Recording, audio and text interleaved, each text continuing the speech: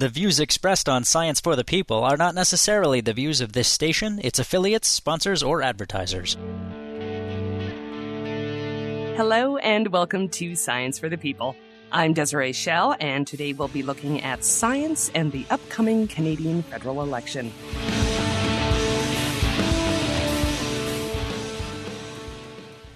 And I have 4 panelists here with me. We'll start with John Dupuis, a science and engineering librarian at York University in Toronto. He blogs about libraries, science, and politics, sometimes all 3 at once, at Confessions of a Science Librarian. Good to have you back, John. Thanks. Great to be back. We also have Katie Gibbs, the co-founder and executive director of Evidence for Democracy, a national nonpartisan not-for-profit organization that promotes science integrity and the transparent use of evidence in government decision-making. Welcome back, Katie. Thanks for having me. And with his first appearance on the show, we have Mike De Souza. Mike is an investigative resources correspondent for Reuters, and he's based in Calgary. He focuses his work on the energy sector, its performance, and its relationship with government. Thanks for being here, Mike. Thanks for the invitation. And last, we have another newcomer to Science for the People. Until recently, Dr. Steven Campana was a senior scientist at the Bedford Institute of Oceanography, where he worked for the last 32 years as the head of both the Otolith Research Laboratory and the Canadian Shark Research Laboratory.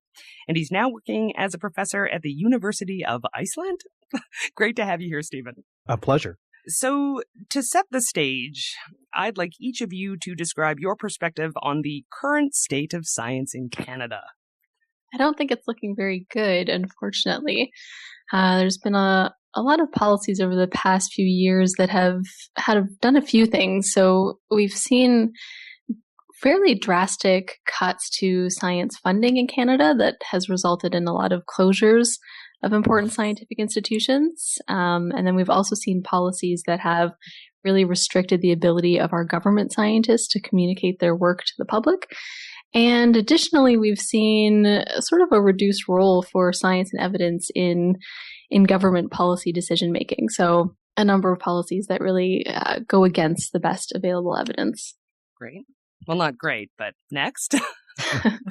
Well, I work in a university, and I guess the situation in universities is a bit different from, I guess, that perspective on government science. I think there's a lot of potential, but people are kind of insecure. They're not kind of waiting for the other shoe to drop.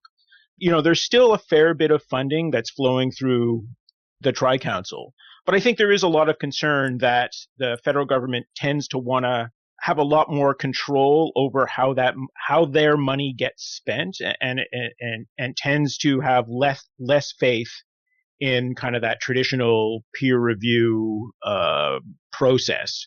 And so there's a lot of movement towards funding of, you know, industrial partnerships and that kind of thing. That's where the emphasis is, as opposed to having it more scientist controlled. I guess I would follow up with that. I fully agree with John's perspective on this. There's sort of 2 levels of science in Canada, 2 primary levels. One is the university-oriented, and the other is the government scientists. And certainly the 2 are being treated very differently right now. So the perspective for government scientists right now is, quite frankly, bleak. I don't think I'm overstating things. But I certainly don't see the same issues at play in the university sector. So with my various friends and colleagues in universities across Canada, as John pointed out, you know, the funding seems to be, it's there. It's always competitive, of course, but there's been no major cutbacks like there has been in the government science. And, you know, there's certainly been a shift in terms of a push towards applied science by the government for the universities. But on the government side, it's just cut, muzzle, and go away. From a journalist standpoint, I would say that we're seeing a couple of things. One is certainly a diminished capacity where, if we're writing about stories, we're seeing that the government of Canada scientists seem to be becoming a junior partner in stuff that's being done because of budget cuts. There's just that diminished capacity, and they, you know, in terms of our ability to get access to information about what science the government is doing, there is quite significant challenges for us to find out, to speak to the scientists and know what they're doing. And I'll give a couple of examples.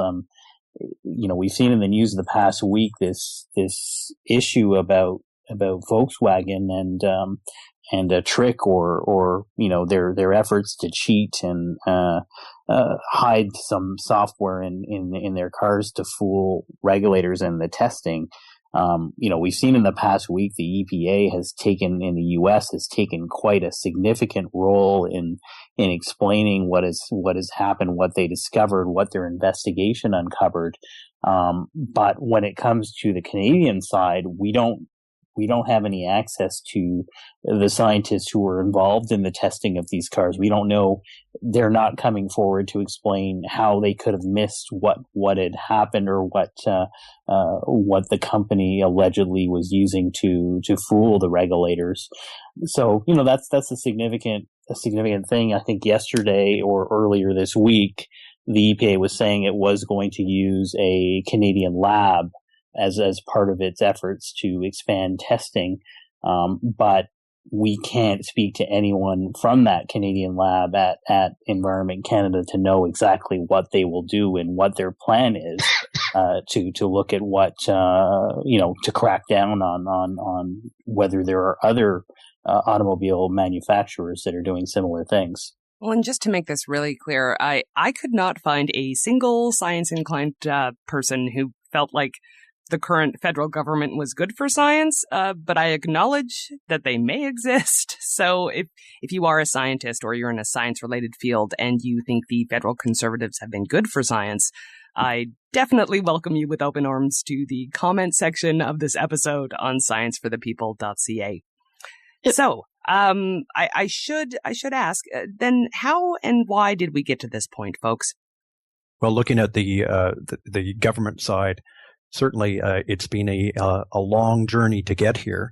The project funding has declined, I think, pretty steadily over the last 15 years or so. So this is not a recent phenomenon in terms of direction.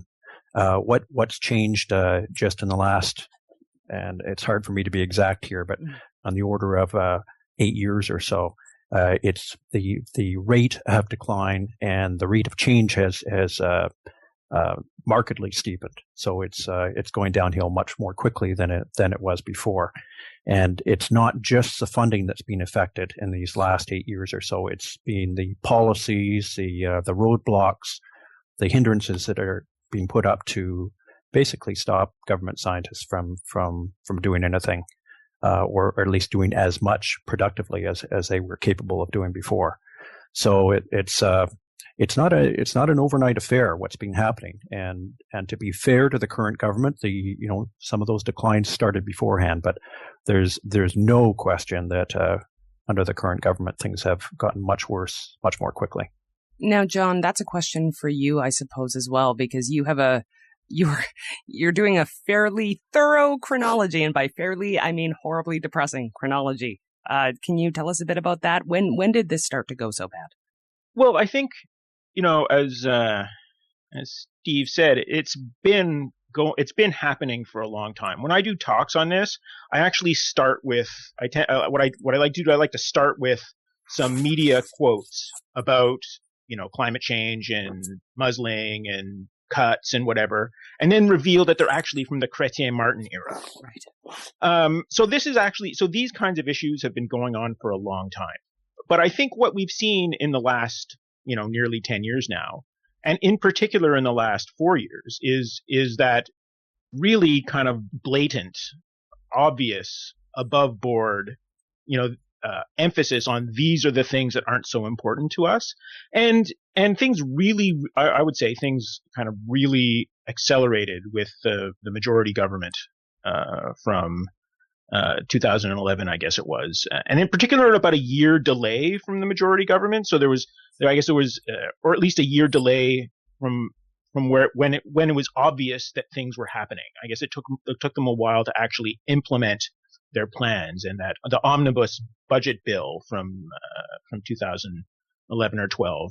And again, it just took a while. And so I would say in the last 3 years or so, there's been a real acceleration and, not much of a inclination to even try and hide what's going on. Yeah, I would agree with that. I think it certainly has been sort of brewing for many years. And then in 2012 was sort of when it got so bad that it really couldn't be ignored. And I think what's interesting too, looking at, okay, what is this government's record on science? One of the best, sort of overall measures of how a country is doing is how much science funding there is as a percentage of their GDP. And the OECD looks at this for all OECD countries. And the average for all OECD countries is 2.4%. And Canada is currently only at, I think, 1.6%, around there. So we're really quite far behind. I think we're in like 20th or 21st place, which is pretty bad. And what's even more alarming is when you actually look at the trends. For almost every other country, the proportion that they spend on research and science is increasing over time. And Canada has been pretty much a continual decline for the past decade. So it's not just that we're not stacking up internationally, but we're also really one of the only, one of the few countries that is declining instead of increase. And I think John's point that, this isn't particularly new to this government is a good one. Governments don't just sort of inherently support science and evidence-based decision-making as much as we would like them to. And, I really think a lot of this stems from the fact that we have never really had a strong sort of science association or science lobby in Canada. So if you look at the US or the UK, they have many groups that have been active for decades. They have the AAAS in the US, they have CASE in the UK. So they have these really powerful groups that, are sort of a strong voice for science and for scientists' interests. And we don't have that in Canada. So we haven't really had anyone sort of putting the pressure on politicians to, make sure that science is represented. And I would briefly agree with John in terms of this kind of a trend starting quite a while ago. And I would say that to some degree, governments around the world do take efforts to control how information gets out. There has been a trend in the past 10 to 15 years, at least, of not only on issues of science, but in all sorts of issues that we cover as journalists, where governments will want to shut down interviews if they have the chance and respond to questions with emails.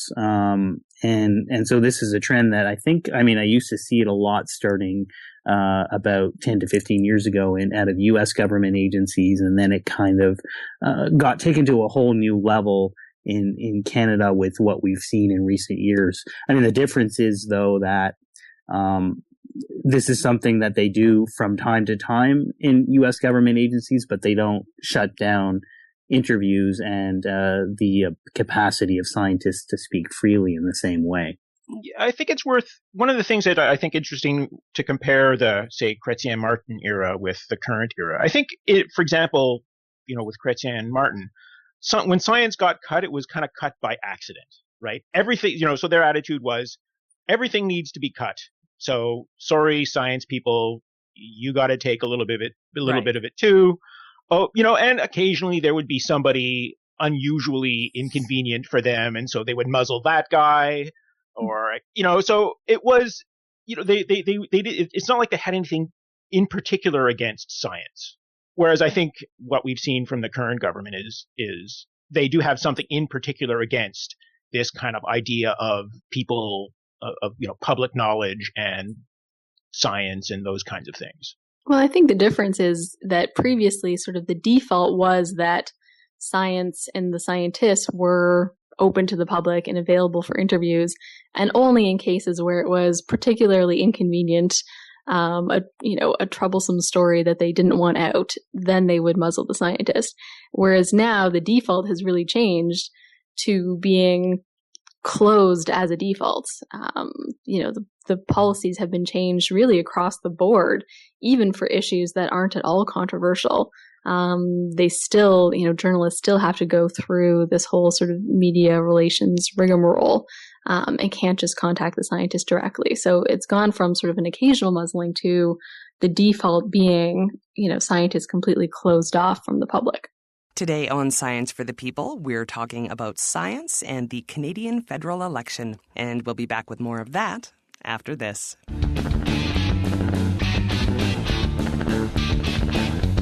Science for the People is a weekly radio show exploring everyday life from a scientific perspective. To find out where Science for the People airs near you, or to listen to past episodes, check out our website at scienceforthepeople.ca. You'll also find links to connect with us on Facebook, Twitter, and Google+, or to subscribe to the podcast in iTunes. And now, back to the show. Welcome back to Science for the People. I'm Desiree Schell, and we've been discussing science and the Canadian federal election. My expert panelists are Steven Campana, who was previously the head of the Canadian Shark Research Laboratory, Katie Gibbs, Executive Director of Evidence for Democracy, science librarian John Dupuis, and Mike De Souza, Investigative Resources Correspondent for Reuters. So now I'm wondering, this is something that we always sort of discuss on this show. Why should this matter to normal folks, to non-nerdy folks, to non-policy wonk folks? Why should we care what the Harper Conservatives' record on science is? Well, we're talking about a few different things here, and I think each of them has a different reason why people should care. If you look at the muzzling issue particularly, I think this one, out of all of them, has resonated the most with the public. And for me, it's a fundamental issue of our democracy. This is publicly funded information that we've paid for with our taxpayer dollars. Of course, it should be available to the public. And I think that makes sense to people.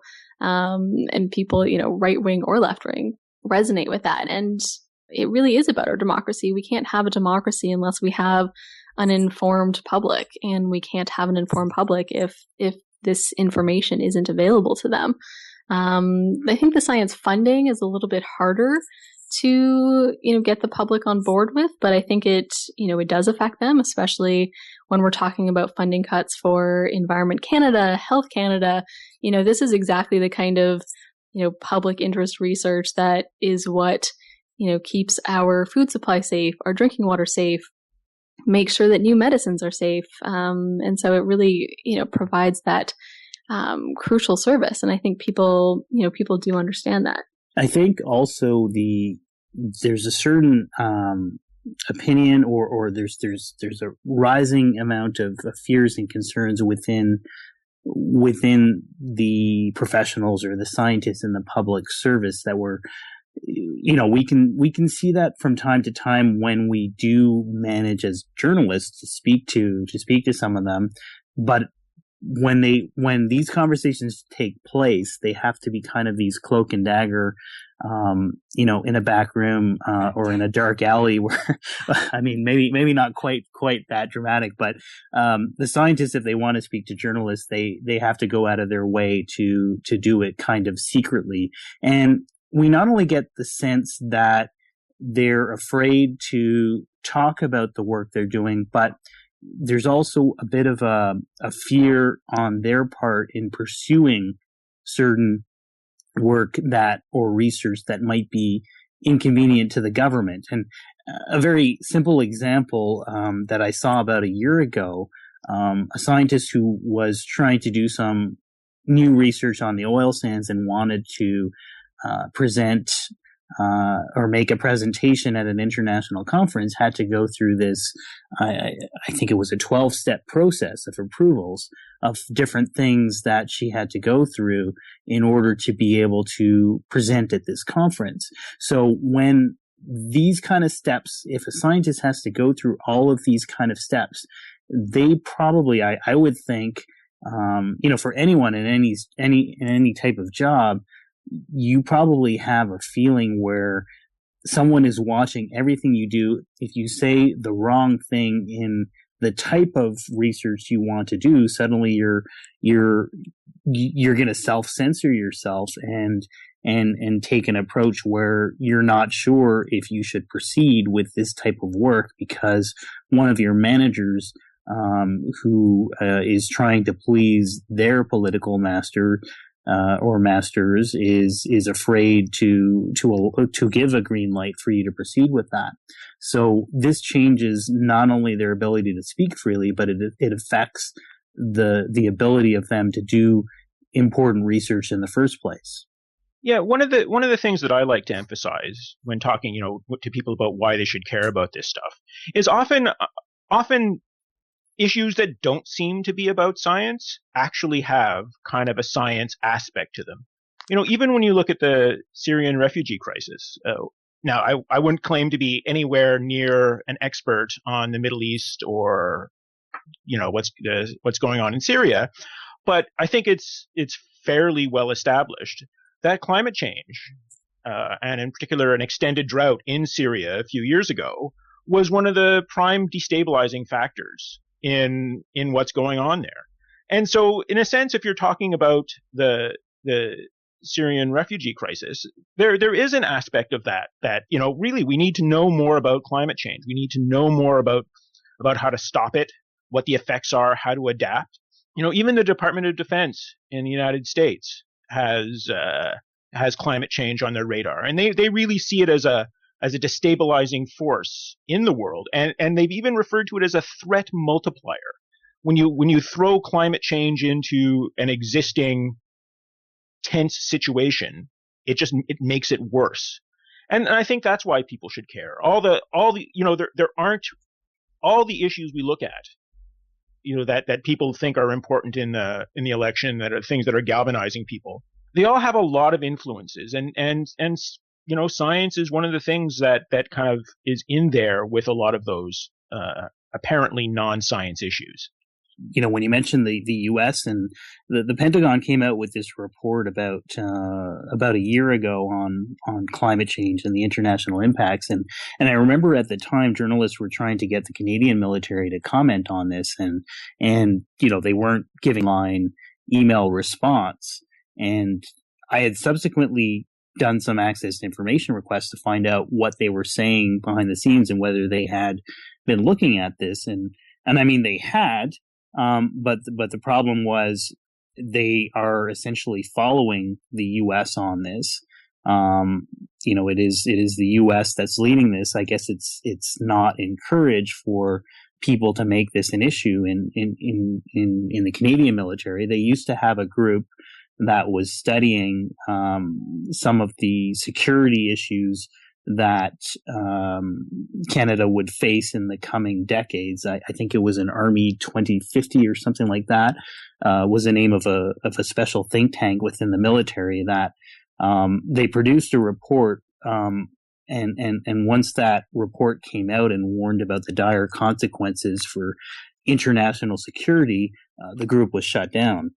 In the case of the most recent work they've done, or in at least trying to communicate or engage with the U.S. in what the U.S. is pushing for, issues like their Navy is at risk from rising sea levels, and all the installations they have on the Northeast are potentially threatened by climate change.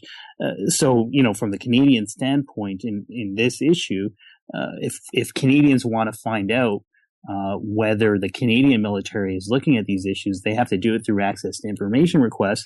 And even at that, if when we do this, they deliberately delay. I mean, there were delays of, I think it was about 3 months that it took them to release a 3-page document or something like that. We had to file a complaint. And they were in a state of what's in, legal terms, a state of deemed refusal, because they had deliberately delayed release of these records, showing that at least they acknowledge there's a serious problem here. I think there's another issue as well. Certainly the idea that the tax dollars that the Canadian public is paying for to fund this research having that research hidden from view is an ethical issue. But I think it goes beyond that. I know certainly in talking to a number of people that are not scientists, their question is, what is being hidden? What is happening that the government is trying to keep hidden that could be of concern to me, John Q. Public? Right. And there are some things that are being hidden here that are of definite concern or at least of interest to the public. And two instances come to mind that are actually very recent. One of them is that a geophysicist colleague of mine who's involved in the ongoing survey of the Arctic Ocean, as part of this UNCLOS procedure, which is basically the law of the sea. The idea that all of this area to the north, including the North Pole, that right now lies in international waters. There's a number of countries, including Canada, that are trying to extend their own undersea borders to claim a portion of this, because the thought is that there's billions of dollars of resources there, and there probably is. And, Canada, in terms of doing the geophysical and scientific work to make their claim, as actually being one of the top ones. It's one of the few areas of science that's been funded in the last few years in governments. And yet, as soon as the election was announced, suddenly all of these geophysicists were told they were not allowed to communicate to their scientific colleagues in other countries or to the public about some of the information they were collecting, including collaborations that they had underway. So it was actually stifling their ability to continue the work towards making the case for Canada to acquire this undersea resource. So we could be talking about loss of substantial amount of money because of this government-imposed silencing on these scientists, not just with the media, but with other scientists. And that's pretty bad. I agreed. And I think that's something that we don't talk about enough, the economic impacts or the potential economic impacts. I'm thinking specifically about deciding to discontinue the long-form census. That has obvious scientific ramifications, but it, from what I understand, it's also impacting new business development and expansion. Oh, for sure. I have many colleagues at York. I have colleagues in the library whose main job it is to facilitate access to that kind of statistical information. It's hugely important for entrepreneurs. And in fact, one of the things we teach students in, say, engineering or business is how to access that data, how to use that data, how to use that data to do product research, to do market research. It's really important. And what's happened is there's all these census dead areas in Canada now that never used to exist before. Because when the census was mandatory, they got, I think, 70, 80%, whatever it was, reply rates. But now there's been many areas where, in particular, fairly low population density areas, where the response rate goes below the level at which they can report. And so now if you look at a map that has, then there's some of my library colleagues actually created a map. I'll dig it up and we can put it on the website that shows all of the dead areas. And it's quite frightening how much of the country, geographically speaking, are these kind of census dead areas where the voluntary census just doesn't get a good enough response rate to be able to report. I think, too, the economic impacts don't just extend to businesses not having that information. So many, municipalities and school boards use census information to make informed decisions about, where should we put a new school? Where should we put a new hospital? And so if you think of the fact that now, those decisions are going to be made with less information and more based on guesswork, that's a huge amount of money that could potentially be wasted by just not being able to make those decisions actually based on evidence. And that really goes for all of the policies that governments make. That's really why having policy decisions be based on the best available evidence is so important, because that's when the policies have the highest likelihood of actually meeting their objectives and doing what they intend to do. I think another longer term economic impact is that we haven't really discussed explicitly is the shift away from sort of basic curiosity driven research. And that's been a huge part of the change that we've seen to science in Canada, is that even of the existing funding, both within government, the changes we've seen to NRC, and within academic research funding, we've definitely seen a shift away from funding this sort of, basic research that is not very explicitly targeted. And, while that might make sense economically in the short term, the problem is that, history has shown us that most of the huge discoveries that, have changed our lives and been huge economic drivers actually have come about through basic research, whether it's the internet or GPS or things like Velcro. Most of these huge discoveries actually came from just funding, basic research. And so we're no longer sort of funding this research that is a huge economic driver over longer time periods. This is actually been a huge issue from within government too. So, with my years in government science, initially we were told that we should be splitting our time 50% research and 50% doing fish stock assessments, which is very much applied work. And then that changed about 10 years ago or so. We were told that we couldn't really afford the research side and just focus on the applied side.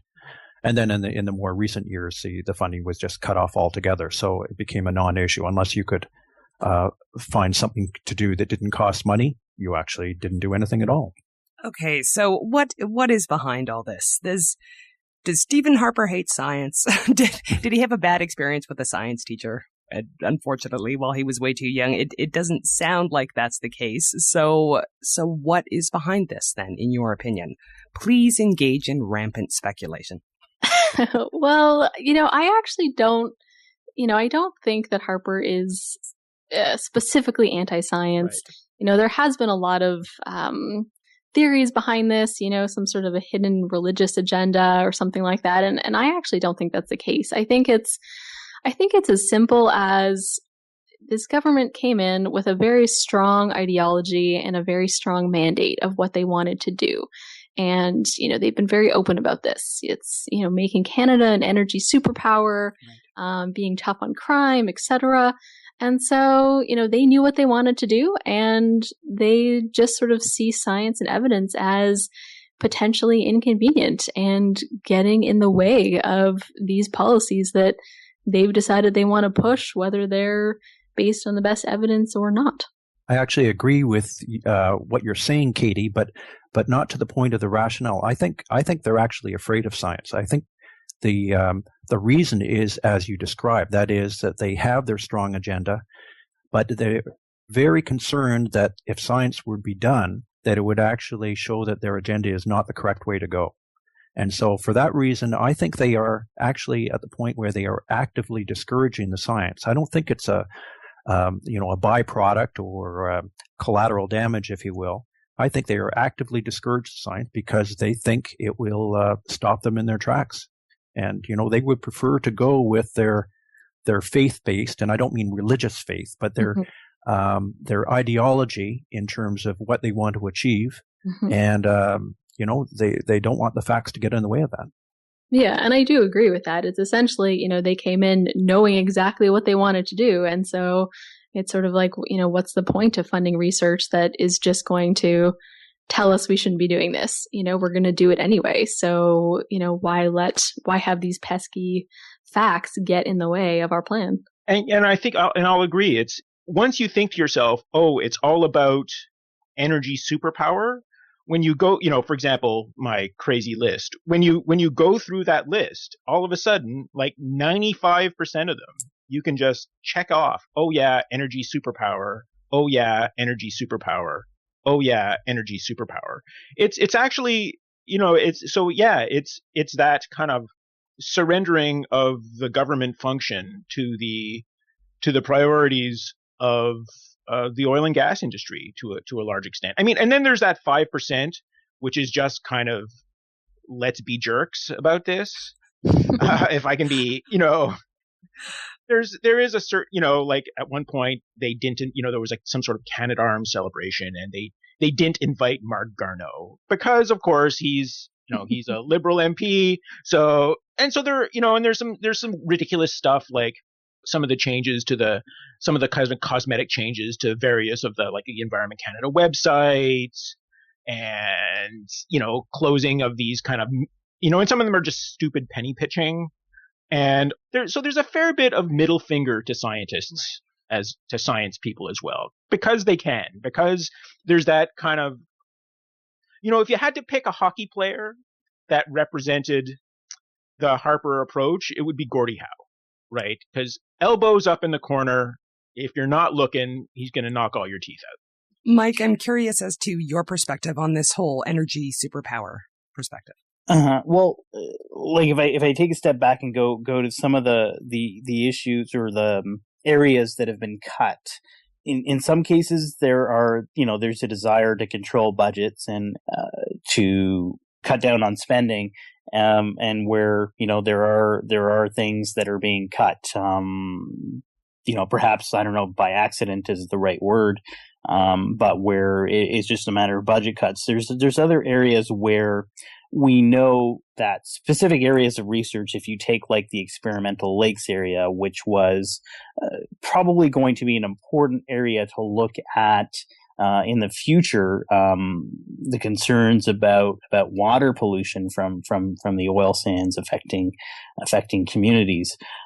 I think there's cases like this where we have strong evidence that the decisions to make the cuts in areas like that came directly from cabinet, and the way we get that evidence is or suggestion that it is from cabinet is because when we request information, it's tightly controlled about the explanation of why it happened. If we do an access to information request to find out more about the cuts in this area, it comes back with parts of it censored using a section of the access to information law that allows the government to censor or withhold cabinet secrets. Right. So if it was made at the cabinet level, those decisions, we can't see the details of that, but we can see, though, this is the excuse the government is using to withhold the information. At Environment Canada, when it was in its deficit reduction plan, this would have been in 2011 or 2012, we saw some briefing notes that were released at the time showing that the cuts that they were doing, at one point they consulted communications staff, the media relations staff, to get strategic advice on what areas can we cut that the public won't notice or that the public won't be outraged about. And they tried to find or pinpoint, not based on what was the best thing to do, but try to figure out the stuff they could get away with cutting without the people being able to understand what was being cut. So that is, it's the decision-making process was, some would have said, at the time, it was a bit backwards because it wasn't based on trying to improve efficiency. It was based on just trying to get rid of stuff without people realizing in the public what was at risk. This is Science for the People, and we're talking science and the Canadian election. And we'll be back with more of that after this.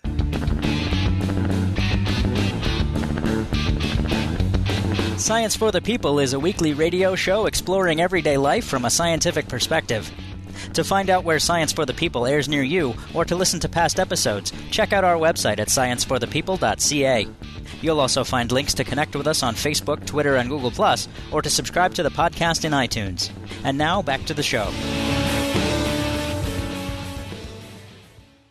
You're listening to Science for the People, and my panelists on today's Let's Talk About the Horrifying State of Public Science in Canada episode are Mike De Souza, Investigative Resources Correspondent for Reuters, Steven Campana, previously the head of the Canadian Shark Research Laboratory, science librarian John Dupuis, and Katie Gibbs, Executive Director of Evidence for Democracy. Okay, so has any of this become an issue to voters in the upcoming federal election? Or is it still mostly, researchers and journalists and librarians that are paying attention? It really has, actually. Much. So, I mean, this is, something Evidence for Democracy has been actively trying to make happen. We're really trying to make science more of an election issue than it's ever been before. And honestly, even I'm quite surprised at just the extent to which it's resonating with people. I've heard from there's been a number of news articles about, quips from people saying, I'm going to end the war on science, getting the loudest applause of the night at local debates, to, other candidates saying that the muzzling issue is the top concern that they're hearing at the door. And even, Maclean's just a few days ago put out some interesting results from this sort of policy tool that they have. It's called the face-off tool, where, sort of like Vote Compass, people go to their website and you're presented with two policies and you click which one of the two you would want.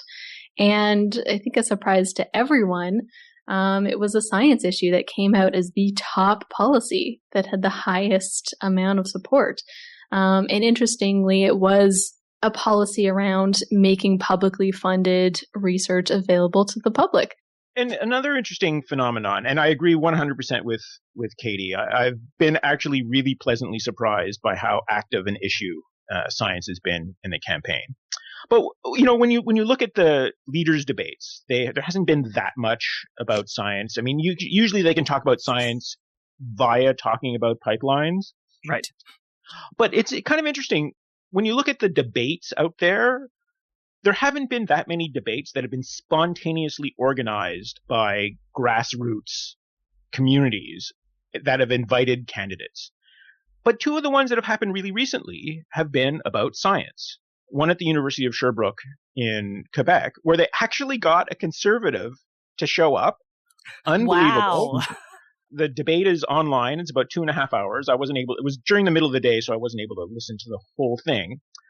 The conservative, it was all about the talking points, of course. But then there was also the one in Victoria, where they didn't have a conservative. They just had Liberals, NDP, and Greens. Again, a grassroots organized debate of candidates, of some local candidates on science. It was amazing, the passion and interest.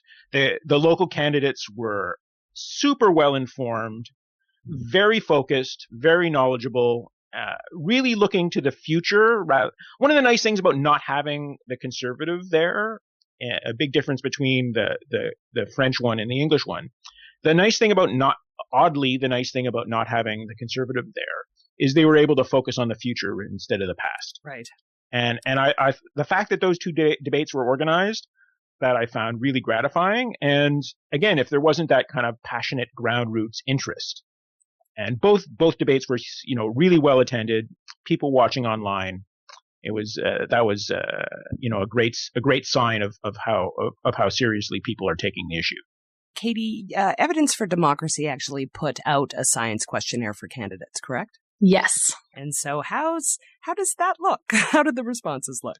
Well, they look pretty good. I mean, across the board, there was a, sort of general commitment from the NDP, Liberals, and Green Party for a few things that we were looking for. So, they've all sort of committed broadly that they would unmuzzle government scientists. They've all committed to creating sort of a new sort of science watchdog or science advisory body within government. So, sort of bringing back the chief science advisor position that we had briefly in Canada that was eliminated in 2008. The one thing that we're not really seeing a lot of is concrete funding commitments. And, not surprisingly, the, parties probably try to keep those to a minimum. So the Liberals have committed to about $25 million in funding for national parks research, as well as reversing funding cuts for government ocean science and monitoring. And the Green Party has actually had the most sort of funding commitments, proposing $75 million annually to hire back scientists at Environment Canada, Health Canada, and Fisheries and Oceans. And so far, no funding commitments from the NDP. So there was one thing that a recent trip that I made that was kind of enlightening for me. I was traveling across the country to Vancouver, and I was lucky enough to get bumped up into business class, and I found myself sitting beside a fairly high-profile MP from another party. I won't say which one, and we ended up talking about this particular issue for most of the flight. And this person was very well informed on much of what was going on, and at one point he frankly admitted that if his party got into power, that it is probably not economically possible at this point to restore all the scientific funding that has been cut in the last 10 years or so. He certainly made it clear that there would the cuts would be stopped, and that there would certainly be some changes, some improvements. But we've actually sort of fallen so far down the rabbit hole, it's not possible to climb all the way out right now. And to hear this coming from another party, another political party, it sort of made me realize that even from the outside, we've come a long ways down. So it's I guess we have to be realistic in terms of if there is a change of government, it's probably not going to return everything to the way it was, say, 15 years ago.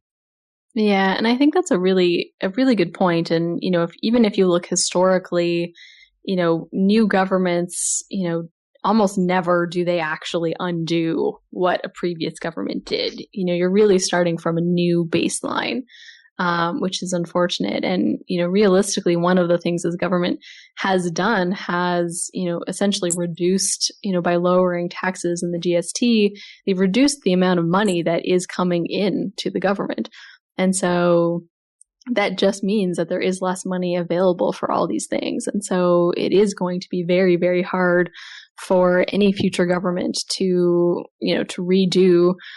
rebuild science in Canada. And it's, electing a new government, while I think it would be, hopefully it will present a turning point for science in Canada, it's by no means going to mean that the work is all of a sudden done.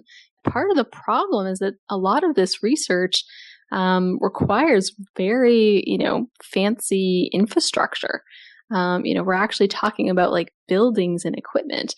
And part of the problem is that it costs way more. Once these programs have been cut, actually restarting them is way more expensive than it would have just been to keep them going. Right? Once you've already made all these initial investments in them, the annual operating budgets are usually fairly small. But once they've actually gotten to the point of, being cut and dismantled, restarting them is going to require a much larger investment than it would have just cost to keep them going. Yeah, and Tom Duck made a really good point in Silence of the Labs about his lab. When his lab was shut down, the true resource in those labs are the people. And, what he said is he was employing all these world-class experts in their fields. When they got let go, they found other jobs, and they're not going to come back, right? They're in their new careers. They're in their new positions. If you wanted to restart that program, all that expertise is gone. And I think a really good example of that is also, if I may, ride one of my own hobby horses, is the Fisheries and Oceans libraries. Right. Once the staff are fired, once the spaces are repurposed, once the materials are discarded, no matter how unique those materials were, there's no going back. You can't, and that's a question that people ask me all the time. Right. When you look at the damage that the government has done to the federal library infrastructure, for the most part, there's no going back. It's just impossible. The capacity is destroyed. There's other things besides the funding, though. I certainly agree with what's being said in terms of the funding not being able to be returned. But there's a number of bureaucratic and policy-oriented roadblocks that have been put in place in recent years that would be easy to reverse. And I'm thinking of two examples. I mean, one is certainly the muzzling aspect. That just takes a stroke of a pen to to allow government scientists, for instance, to talk freely to the media about their published research. I'm not talking about, government policy or national policy or anything, just about their own research, something that they're well suited to do.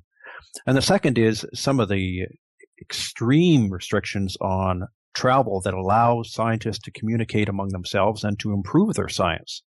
And now there's such a Byzantine hierarchy of approvals required. Very often you have to go through at least 4 steps for travel, even to something that's only an hour's drive away, for instance, that can take a full day.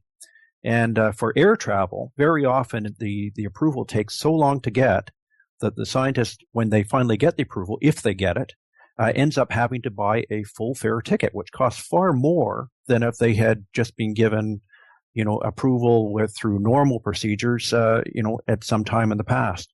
So the travel restrictions right now are so bad that it's actually costing the government more than if they had the old policy in place. And things like this, these were policies put in place by whoever, Treasury Board or the Prime Minister's office, but they could quickly be corrected and turned into a far more logical system. I do agree that in theory, the muzzling issue could be fixed quite quickly. And certainly it would be quite easy for a new government to put in place a new communications policy. I do worry, though, that, as Mike alluded to earlier, that the culture now within government scientists is so dire that there really is this sort of a growing problem of self-censorship. And I do worry that even if a new policy, a new government was brought in and they brought in a new policy, I don't think that the culture would change overnight. I think that it is going to be a bit harder to get it to a point where government scientists feel comfortable once again sharing their science with the media and the public. Yeah, not to mention the fact that one of the only staffing growth areas in the federal government has been communications specialists. So really, is that the case? Yeah, so for sure, I think that job classification grew something like 50% over the 10 years. And so there's to the extent that they've destroyed other capacities, they've kind of created a muzzling infrastructure. And so I guess, yes, the challenge of disassembling that new muzzling infrastructure, like Katie says, is going to be a real challenge. It's a change in culture. I respectfully disagree here, I guess. Heading up the Shark Research Lab, there was always a lot of media interest in sharks. And so I had a lot of contacts there. And, to take a fairly recent example, there was an incident, when was it? I think 2 years ago down in the United States where some great white sharks were following a kayaker or a canoeist in the ocean. It had a beautiful picture there. And there was another one where another shark attacked one of the swimmers, something that happens infrequently, but it happens every year. And so I was asked to go on CTV for, just to talk about the situation in the States. And, from a government science point of view, it was fluff. There are no implications for Canadian science or for Canadians. It was purely, a general interest perspective on sharks in another country. And, blithely, because I had been doing quite a few interviews lately, I just went ahead and assumed I would get permission after the fact. And as it turned out, I got formally disciplined for doing this without approval. That's something that I think would change and could be changed despite the increase in the communications people. If they were told that, this type of thing should be allowed, that, they should be applying their skills to looking for policy-oriented interviews rather than fact-based ones, then, this is the type of thing I think could be addressed fairly readily. I think another thing that could change if parties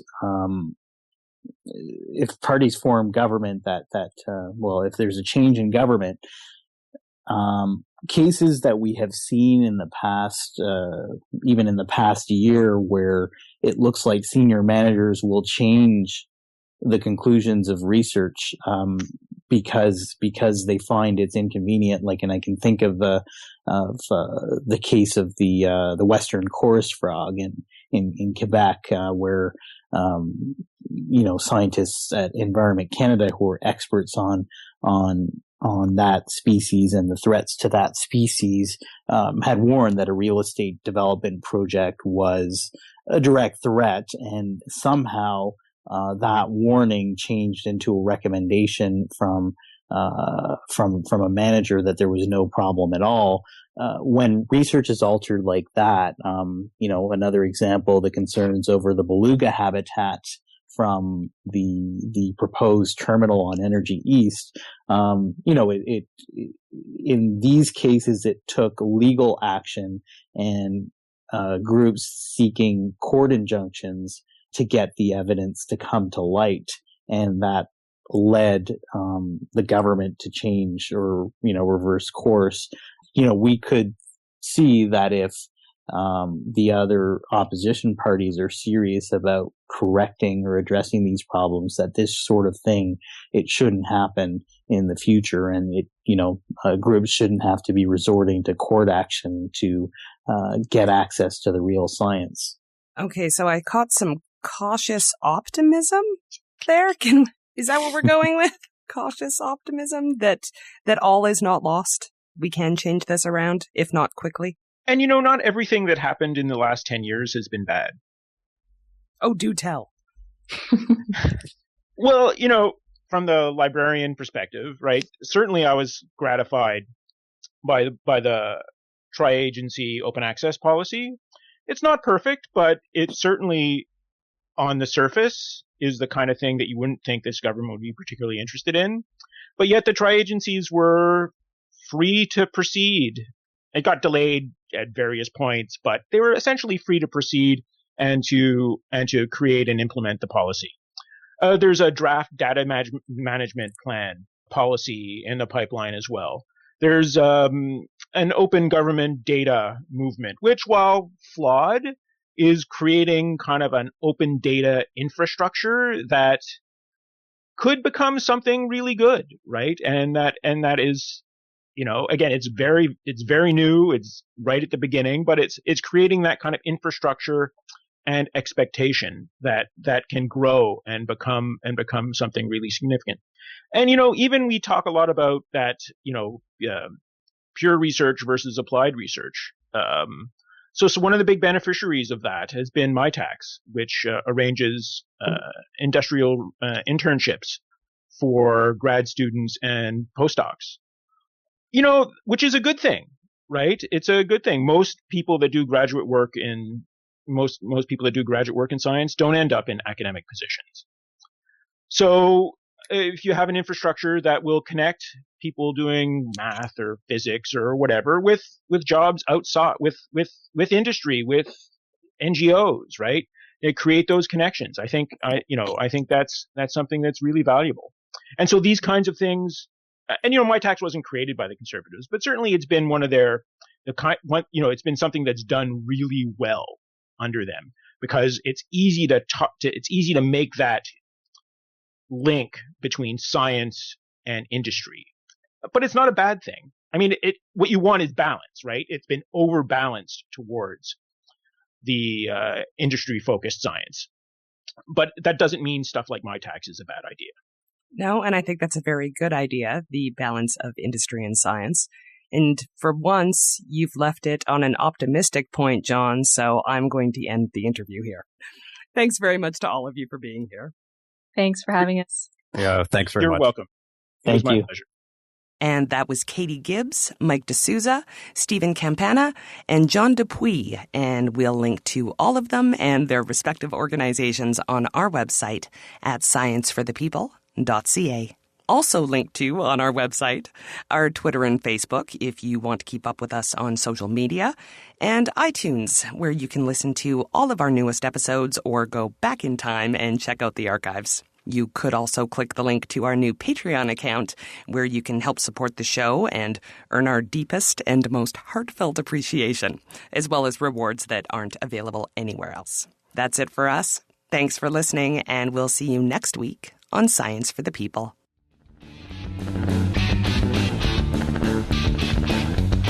Science for the People is recorded in Edmonton, Alberta.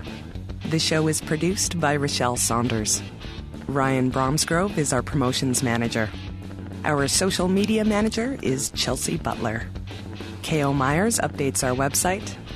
Helen Quivalon is our publishing liaison. Ed Haynes is our guest coordinator. We get research help from Josh Witten. The show is edited by K.O. Myers and Ryan Bromsgrove. Our theme song was written and recorded by Fractal Pattern, and its title is Binary Consequence. The show is hosted by Rochelle Saunders, Marie Claire Shanahan, and me, Desiree Schell.